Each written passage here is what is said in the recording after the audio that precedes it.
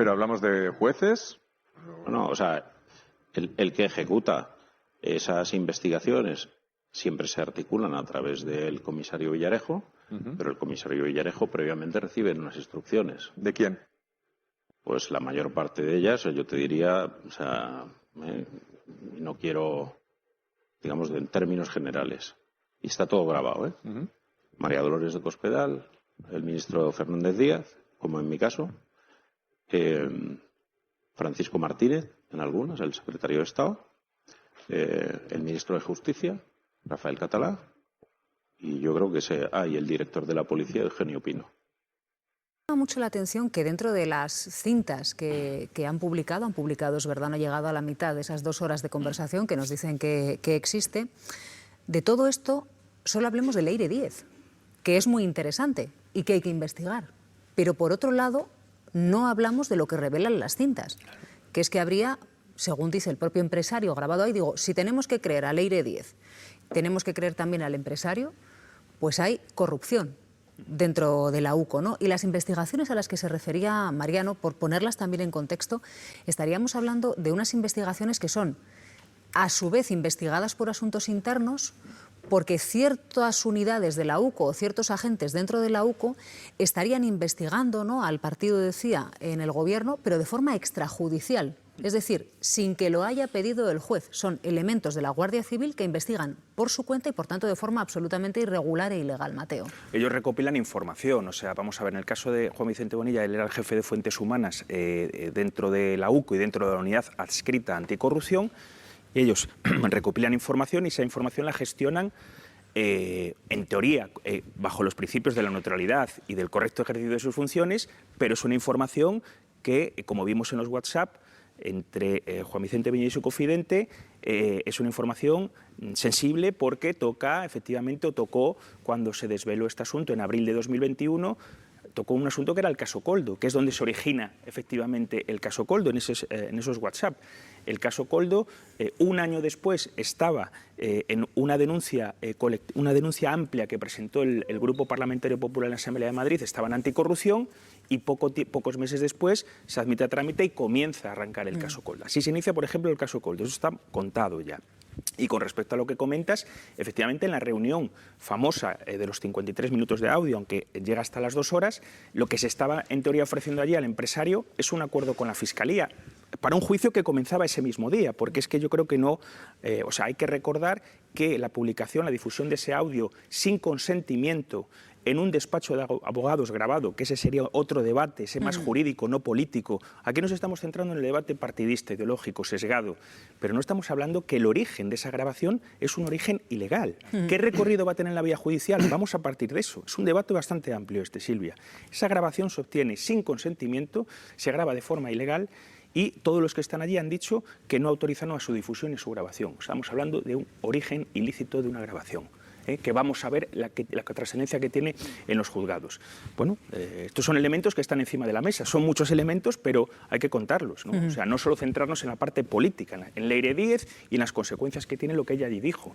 Este empresario que está en Dubái se presentó a esa reunión, en teoría con información y con su predisposición a llegar a un acuerdo con la Fiscalía de un juicio que le afectaba a él y que comenzaba ese mismo día. Bueno, que le afecta a él, que le afecta a él. Está en Dubái y que le afecta a otra persona, a otro empresario, que está en el banquillo. Efectivamente. Y que además ha tenido a sus espaldas una carrera política precisamente en la Xunta de Galicia con Feijóo. El empresario que está en Dubái le piden 53 años de prisión y multas millonarias por una trama de hidrocarburos, por una empresa, Jafesa, por cierto, que sale también en las conversaciones entre Juan Vicente Bonilla y su confidente. Aparece Jafesa en esas conversaciones de 5 años, 2016-2021. El empresario que está en Dubái era el responsable de esa empresa, y el número 2, Norberto Uzal, también le piden 53 años de prisión, multas millonarias. Se sentó el primer día en el banquillo de la Audiencia Nacional. El juicio se reanudará el 30 de junio y este fue alto cargo de la Xunta de Galicia en el primer gobierno de Alberto Núñez Feijóo entre los años 2009 y 2013. Era un cargo que tenía una responsabilidad, digamos, en la administración local dentro de la Xunta, ¿no?, dentro de la administración regional. O sea, era un alto cargo. Estuvo ese periplo hasta el 13 en la Xunta de Galicia, posteriormente fue concejal del Partido Popular en un ayuntamiento de Galicia y posteriormente se pasa a la empresa en la que posteriormente fue fue detenido por esta trama de hidrocarburos. Así que el Partido Popular, por su parte, Mateo, ha presentado una denuncia contra Leire Díez, ¿es así?, en la Fiscalía Anticorrupción. Leire Díez y más personas presentes en esa reunión, como el empresario Javier Pérez Dolcet, o el abogado que estaba allí también presente. El PP se une, no solo su denuncia ante la Fiscalía Anticorrupción, se une a la que se han presentado en juzgados ordinarios. Habría que diferenciar entre los que van al juzgado directamente para buscar allí la apertura de una investigación y el Partido Popular, que ha preferido ir a la Fiscalía Anticorrupción. Hay que distinguirlo. ¿Por qué es importante esa distinción? Vamos a ver, es una distinción importante por un tema de tiempos. A ver, si los hechos de las denuncias que ha presentado también Vox, Hazte Oír, Manos Limpias y Justitia Europa, dos asociaciones de guardias civiles. Las primeras a las que he hecho referencia son, digamos, colectivos que ya se han personado en causas como la de la mujer del presidente del gobierno, como la del hermano. O sea, ha habido una carrera, una suerte de carrera desde la difusión de los audios el lunes de la semana pasada en a ver quién se personaba primero, por si se abría una investigación, tener la tutela de la acusación popular, o sea, tener, digamos, el liderazgo de esa causa, ¿no? de la personación en esa causa. Y acceder a toda la información. A toda la información. Bueno, todas las partes tendrían acceso, pero quien lideraría, digamos, la acusación popular es el que denuncia primero y el que... Es que si se agrupan las acciones populares, solo entra en sala 1, solo puede proponer diligencias, se puede proponer a través de él, es decir, quien representa las acciones populares normalmente es el primero que se persona. Por eso todo este tipo de grupúsculos que están en esa causa y en otras como Ábalos, etcétera, pugnan por presentar la primera denuncia, para tener la representatividad conjunta de todas ellas. ¿Y en este caso quién ha sido el primero? Se tendrá que dirimir, ¿no? O sea, yo creo que el primero probablemente fue... Es que eso no lo podemos saber porque depende de cuándo se registra la denuncia en reparto. Entonces, es ese minuto el que lo determina. Pero perdona que te corte. No, bien porque está bien lo que aclara María, porque el PP ha preferido ir a la Fiscalía Anticorrupción. ¿Y por qué digo que hay una diferencia base? Si los hechos que denuncia el PP son los mismos que el resto de colectivos, la denuncia en la Fiscalía Anticorrupción se tendría que cerrar y remitirla a un juzgado que haya abierto, veremos a ver si lo hace o no, haya admitido a trámite algunas de las denuncias que pone el resto de colectivos. En la Fiscalía Anticorrupción, las diligencias de investigación que se abrirían son prejudiciales, o sea, digamos que hasta que tú llegas a la conclusión de que hay indicios de delito y elevas la denuncia de la Fiscalía o la querella a la vía judicial, hay un margen de investigación que va, en casos de corrupción, hasta los 12 meses. O sea, el PP, yendo a anticorrupción, en caso de que se admitan su denuncia, tendría 12 meses, en este caso la Fiscalía, para investigar este asunto, un asunto que seguiría en la agenda mediática, se seguiría hablando de él y, curiosamente, se solaparía con un juicio que se va a celebrar en la Audiencia Nacional en mayo y junio del año que viene, que es el de la Operación Kitchen. Antes habéis hecho alguna referencia al mismo. Se ha pretendido presentar, porque yo ya lo he leído, el caso Leire Díez como la Kitchen 2, ¿no? En este caso, salpicando al PSOE o al Gobierno. Lo que tenemos encima de la mesa es muy alejado a lo que fue la Operación Kitchen y que, por cierto, se va a juzgar dentro de un año en la Audiencia Nacional. Recordar que afecta a un exministro del Interior del Partido Popular, a su número 2, a 5 comisarios, a 2 inspectores, en fin, se piden penas de prisión elevadas. Y, ahí es que vimos claramente la Operación Kitchen cómo se utilizaron los aparatos del Estado para investigar, en este caso a Luis Bárcenas, por tratar de recuperar alguna serie de pruebas que tenía el señor Luis Bárcenas sobre la contabilidad paralela del Partido Popular. Y se solaparía en el tiempo. O sea, es muy interesante esto, ver cómo la Fiscalía, si decide abrir diligencias, podría tener hasta 12 meses y coincidiría en el tiempo con el inicio del juicio de la Operación Kitchen, en caso, que ningún juzgado abra una investigación, con lo cual la Fiscalía tendrá que cerrar sus diligencias. Y se quedó la cosa. ¿Ahí se quedó la cosa? Sí, porque ya la decisión es suya. Entonces yo sé que ellos están pidiendo diligencias en el juzgado, que nosotros tampoco hemos dicho nada. O sea, todo eso está en marcha en el juzgado y aquí nadie ha dicho nada. Pero claro, yo creo que lo que se trata es, de que esa investigación judicial que lleva mucho tiempo abierta no avance. O sea, hay que embarrarla como sea. La investigación de esa causa en la que el PSOE sería víctima. Correcto. Pero no es el PSOE la única víctima. ¿Quién más? Pues mira, en diferentes audios lo que tienes es toda la cúpula de Podemos, que ya tiene su propia causa judicial aparte. que está en la Audiencia Nacional también. Tienes la cúpula del PSOE, pero si tiras hacia atrás, resulta que allí hay seguimientos, y se lo dije el otro día a Susana Díaz, hay seguimientos a gente del PSOE, no ella, que era muy jovencita en ese momento, pero los que estaban antes de ella, desde el año 98, la primera. Y desde el 98 ininterrumpidamente hasta Pedro Sánchez. ¿Quién dirige esas investigaciones? Pues cada una de ellas tiene unas personas diferentes, no es siempre la misma. ¿Pero hablamos de jueces?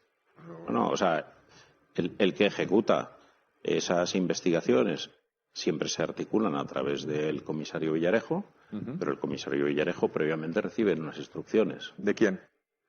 Pues la mayor parte de ellas, yo te diría, o sea, no quiero, digamos, en términos generales.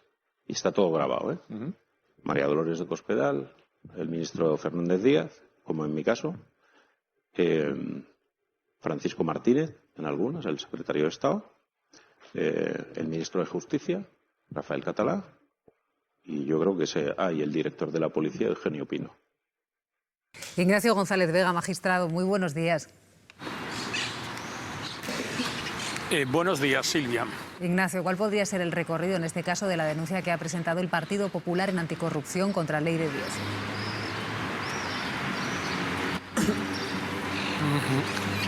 Bueno, el Partido Popular lo que ha hecho es acudir a la Fiscalía Anticorrupción, como se ha explicado ahí en la mesa, en lugar de acudir a los juzgados de instrucción. Bueno, yo creo que, como se ha explicado también en la mesa, esa investigación prejudicial que se puede hacer por la Fiscalía Anticorrupción debe estar muy pendiente de si se incoan unas diligencias previas, por tanto de investigación, en cualquier juzgado. Y de ser así, deberían de cerrarse. Mi impresión es que las denuncias que se han presentado por las diferentes acusaciones populares, desde luego sí que van a forzar en sede judicial la incoación de un procedimiento y, por tanto, yo creo que está abocado a cerrarse esas diligencias preprocesales que se llevan en la Fiscalía Anticorrupción. El Gobierno insiste en que Leire Díez no actuaba en nombre del Partido Socialista y vuelve a poner en el punto de mira, en el foco de la noticia, al excapitán de la UCO, Pablo. Sí, el Gobierno sale al paso de la polémica en torno a Leire Díez, dice que el Partido Socialista no tenía nada que ver y acusa al Partido Popular de orquestar una campaña indecente contra el Gobierno. Por cierto, la portavoz del Ejecutivo, Pilar Alegría, ha vuelto a señalar a la Comunidad de Madrid, al Gobierno de la Comunidad de Madrid. Dice que es inaceptable que un ex alto cargo, un ex capitán de la UCO, ahora a sueldo de Ayuso, intercambie mensajes de carácter tan agresivo contra el Gobierno. Dicen que estas conversaciones que hemos conocido en los últimos días son solo una gota más de la cascada de fango que viene generando el PP en los últimos años. Tony, ¿tú cómo lo ves? Bueno, es que existe un pecado original para el PP en el gobierno de Pedro Sánchez, que es que los desplazó por la corrupción. Yo creo que eso es evidente y ahora nombrabais alguna de las palabras claves de lo que pasó. Bárcenas, la Gürtel, aquello provocó una moción de censura que desplazó al PP y Pedro Sánchez, además, recordémoslo todo, desde el principio dijo que él quería ser ejemplar en este ámbito. Por tanto, yo creo que es interesante saber por qué también se enfocan estos cañones de esta manera, porque ahora se habla de corrupción relacionada con el presidente Sánchez y también porque emergen un montón de casos que evidentemente veremos si hay agua en la piscina o no, es decir, si hay contenido o no, hasta qué punto llega la onda expansiva, hasta el presidente o no, pero de momento lo que sí que hace es adjuntar su imagen a una idea de corrupción como mínimo en potencia y que por tanto el PP puede decir la corrupción es de ellos, ¿no? Como mínimo se quiere plantear así. Eso, de todas maneras, es difícil de que cuaje porque el PP ha tenido una trayectoria y sigue teniendo una trayectoria que es la que es. Hablábamos también en estos momentos, o lo apuntabais ahora, sobre la UCO, pero hemos oído hablar también en los últimos tiempos de la UDEF, de policías patrióticas, de audios que ellos negaban credibilidad, pero que ahora le encuentran toda la credibilidad cuando son de gente de otros partidos, en las que hasta la secretaria general hablaba con personajes como Villarejo. Claro, claro, todo eso el PP lo tiene en su haber, pero lo que han intentado o lo que intentan es que cuaje una sensación de que ahora el corrupto es el PSOE, es Pedro Sánchez y por tanto también arrastrar a ese fango que decían desde el gobierno el debate político, ¿no? Más que nada porque se sabe clásicamente que la comunicación política negativa, clásicamente quien la emite, pues sí, puede conseguir que el otro pierda. En general pierde la percepción de la política. Pero si el otro pierde un poquito más que tú, con lo justo que van hoy en día las elecciones, pues siempre crees que tienes algo de ganado, ¿no? Y parece que ahí está el PP. Ignacio, tenemos por aquí en la mesa una duda, ¿no, Mateo? Sí, lo planteábamos antes, Ignacio. ¿Qué recorrido pueden tener estas denuncias que hemos comentado ya en juzgados ordinarios o incluso las diligencias que abrirá Anticorrupción respecto a la denuncia del PP? Si se ha obtenido toda esta información, o sea, el famoso audio de 53 minutos, se ha obtenido en una conversación en un despacho de abogados, donde se suele regir el secreto profesional, porque aquí para mí está en duda, bueno, estamos hablando de una conversación de abogados-clientes y donde esa grabación nadie la reconoce y ninguno da su consentimiento para su difusión. O sea, estamos hablando de un origen. Estamos hablando de un caso donde tiene un origen probablemente en la obtención de una prueba ilícita. No sé qué recorrido se le puede dar a este asunto en las diversas denuncias que se han presentado en los juzgados. Pues es evidente, y eso sí que lo he pensado en algún momento, la forma en la que se ha podido lograr estas grabaciones. Evidentemente, si las grabaciones no cuentan con el consentimiento de ninguno de los participantes en dichas conversaciones, y no queda aclarado el origen, evidentemente estaríamos ante una prueba nula. Y por tanto, si la prueba es nula en el origen de la investigación, a partir de ahí pues no quedará ningún otro rastro que pueda acreditar los hechos que se están denunciando. Ese es un tema que es fundamental y seguramente que se tratará de dilucidar muy al principio de la investigación. Yo un comentario. A mí me gustaría que los participantes de esa conversación de motu propio dijeran que están de acuerdo con que se investigue el caso. Me gustaría muchísimo, porque si se investiga lo que se ha hablado en esas conversaciones, las únicas consecuencias, lo que hay que dirimir realmente es un comportamiento ilícito por parte de algunos miembros de la UCO. Nada más. Yo no sé con qué entusiasmo Manos Libres, el Partido Popular y otros grupos se han puesto a pedir que se investigue esto en la justicia. No sé con qué entusiasmo. Pero si hubiese recorrido legal de la investigación, no se puede investigar a unos señores que por su cuenta están haciendo unas averiguaciones. No se puede investigar a los grupos parlamentarios o al Partido Socialista porque reciban una información. Se tendrá que investigar si es cierto o no es cierto lo que esas personas dicen en la conversación. Que tienen contactos en la UCO, que la UCO les está pasando información confidencial y que ellos pueden demostrar, y esto es lo importante, que hay una parte de la UCO que opera contra el gobierno. Por lo tanto, ¿qué entusiasmo puede tener el Partido Popular para hacer esa investigación? Es que no nos liemos. Es que lo que pueden ser delitos sustantivos no acusa al gobierno. El gobierno es la víctima. Lo que pueden ser delitos sustantivos obligaría al gobierno a hacer una investigación en profundidad de lo que ocurre en la UCO.